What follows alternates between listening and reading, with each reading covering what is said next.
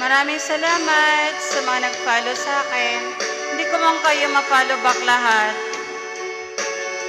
Mapapollow back ko rin kayo. Pupuntahan ko rin kayo sa mga bahay niya. Maraming salamat sa support. God bless po sa inyong lahat.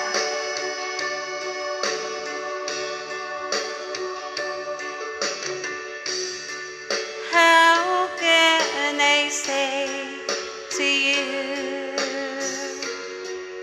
I love somebody you were so good to me always.